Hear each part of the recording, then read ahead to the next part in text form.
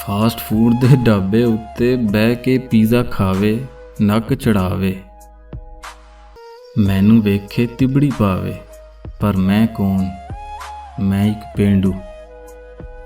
ਮੈਂ ਉਹ ਜਿੰਨੇ ਹੱਥਾਂ ਦੀਆਂ ਗੰਢਾਂ ਦੰਦਾਂ ਨਾਲ ਖੋਲੀਆਂ, ਵੱਢ ਕੇ ਪੱਠੇ ਕੁਤਰੇ ਪਾਏ, ਖੇਤਰ ਦੇ ਵਿੱਚ ਹਲ ਚਲਾਏ, ਭੋਹ ਦੇ ਪਾਲੇ ਹੱਥੀਂ ਫਾਲੇ, ਠੰਡੇ ਪਾਣੀ ਵਗਦੇ ਨਾਲੇ, ਅੱਧੀ ਰਾਤੀ ਸੱਪ ਤੇ ਠੂਏ, ਪੈਰਾਂ ਹੇਠ ਆਣ ਦਮੋਏ, ਧੁੱਪਾਂ ਹਾੜ ਵਸਾਈਆਂ ਸਿਰ ਤੇ, ਰਾਤਾਂ ਜਾਗ ਲੰਘਾਈਆਂ ਪਿੜ ਤੇ, ਸਾਲਾਂ ਸਾਲ ਦਾ ਵਖਤਾ ਕਰਕੇ, ਫਾਕੇ ਝੱਲ ਕੇ ਔਕੜਾਂ ਜਰ ਕੇ, ਪਿੰਡਾ ਮਿੱਟੀ ਨਾਲ ਮਿੱਟੀ ਕਰੀਦਾ, ਫੇਰ ਅੰਤ ਬੜੋਲਾ ਬਰੀਦਾ, ਫਿਰ ਖਲਕਤ ਆਵੇ ਲੈ ਲੈ ਜਾਵੇ, ਡਿੱਡੀ ਚ ਪਾਵੇ ਹੱਸੇ ਗਾਵੇ।